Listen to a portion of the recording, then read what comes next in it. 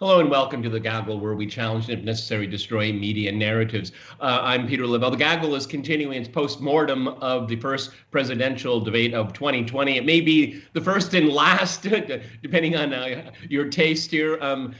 We have Glenn Diesen. He is an academic, writer, and commentator. And Glenn, I'm interested in your thoughts because you're very far away from it. So I think you have a bit of a perspective here because I've watched a lot of the commentary in the U.S. information sphere, and of course, it is hyper partisan in all of this. So, from your perch, from far away from the madness, what are your impressions of that? Well, some people call it a debate, other people call it a shit show. Okay, go ahead, Glenn.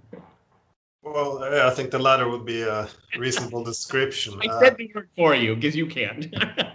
Well, the media tends to either, the conclusions of the debate pretty much were written before. Either they hate Trump or they love Trump.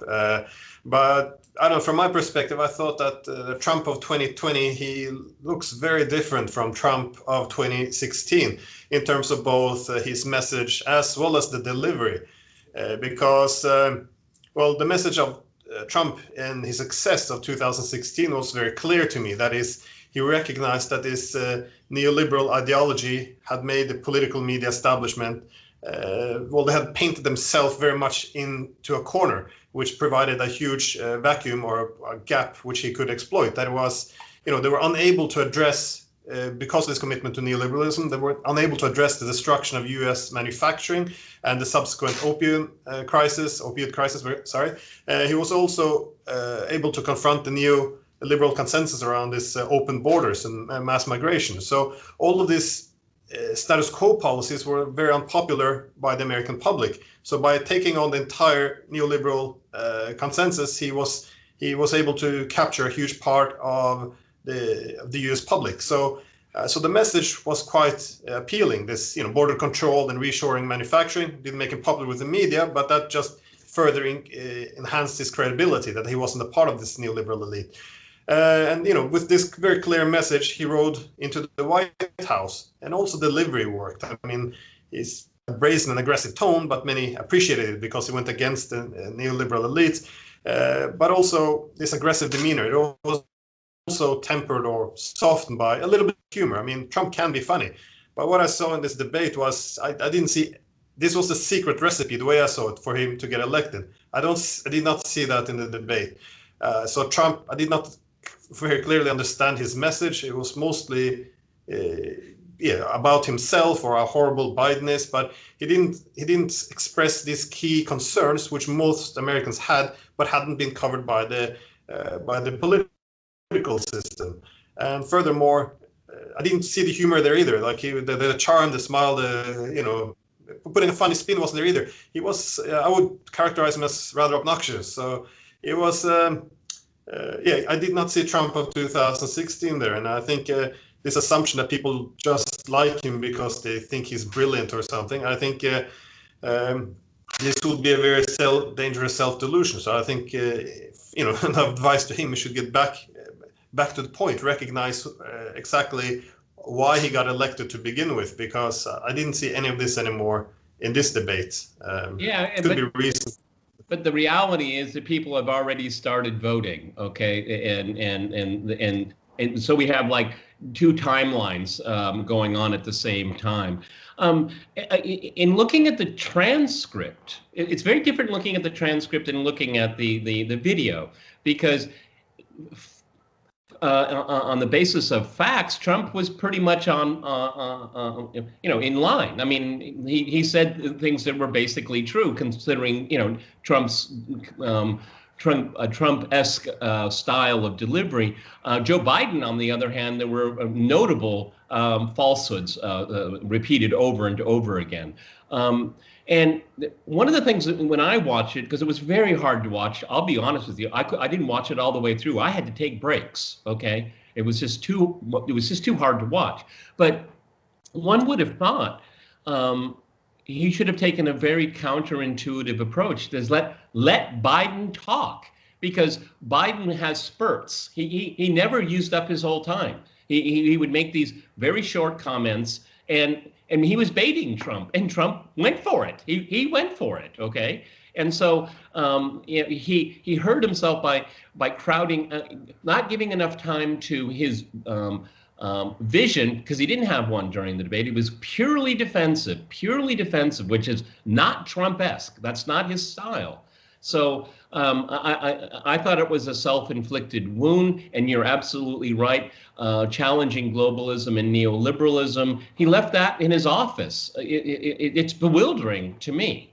And he made Joe he gave the perception that Joe was an acceptable status quo, which it isn't, because Trump won on challenging the status quo.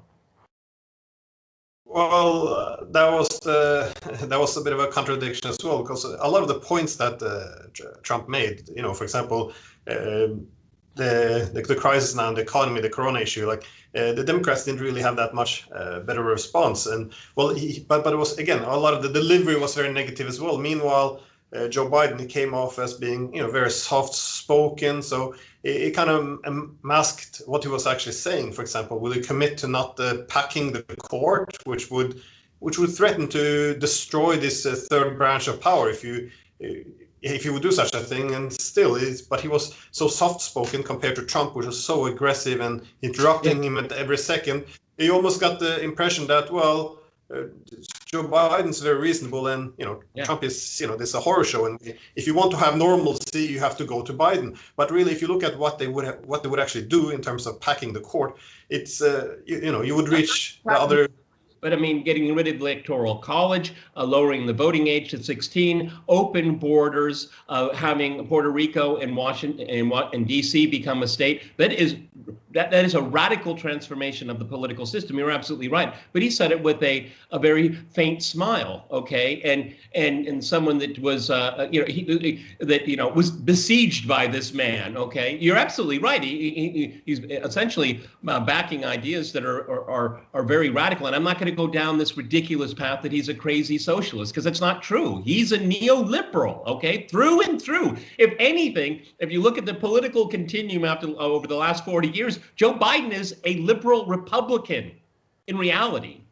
Yeah, and I felt that whenever the camera came to Joe and he had the chance to talk, he would do I guess what the focus groups advised him to do is, lean into the camera, look directly in, and with a soft tone, explain, I understand the pain you're going through, we will help you through this, and stealing some of Trump's points, and then meanwhile Trump gets further angry and tries to shut him down. So it looked like the roles had been reversed. Now Trump was this horrible elite who was even bashing his son for having drug problems, and Joe Biden was coming out there standing up for the common man. Like, it was an interesting reversal of roles, and I think he should have played this very differently, Trump. Meanwhile, you hardly picked up on that. Noticed that Biden was stumbling in many sentences. The sentences were interrupted in the middle, and he had a difficult time to pick out the right words. And so I guess, as you pointed out, if he would have let Biden speak a bit more, he could have let him sink his own ship. And to me, again, that was some similarities with 2016. That was it was not really anyone's election to win, but it was someone's election to lose. That is, both of them are pushing some narratives and some very dangerous pitches which could sink them. So I think he's not a great performance. Well, the interesting thing is that this isn't 2016. Hillary Clinton was a known in 2016 was a known quantity for decades, all right, and she was reviled by at least half the population. Okay, Joe Biden, that's the problem. He's difficult to hate. I mean, you can look at what he's done. I hate what he has done, what he thinks, what he supports, who surrounds him. But as an individual, he's not Hillary Clinton. And that was another cardinal mistake that Trump made, because it was easy to go after her. A lot of people had angst and anger towards her, but you don't see that with Joe Biden. No, and I think that was the idea behind Trump's strategy. I think his strategy was he wanted to hold. Well, the Democratic Party has changed a lot over the last 4 years. If you look at the rioting in the streets and the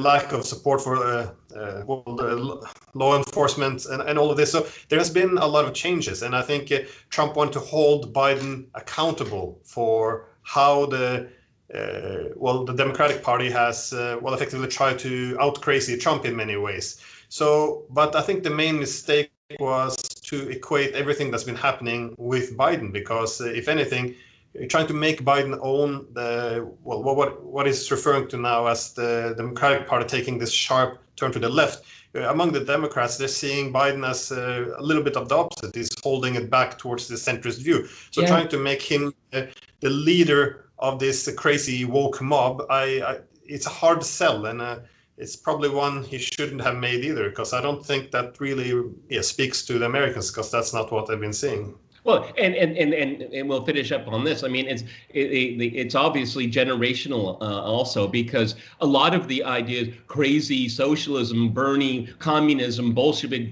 all of that, actually a lot of things that Bernie says has a majoritarian support within the population, even among a lot of Republicans as well. So these labels don't work as well. The venom towards this particular individual, Joe Biden, doesn't work. And I'm convinced that if you'd let Joe give him a lot more room to let him hang himself with his own words, but Trump denied himself that possibility. Okay, Glenn, thank you very much for being with us here on the Gaggle, our continuing post-mortem on the presidential election, which may be the last one for this election cycle. We'll see.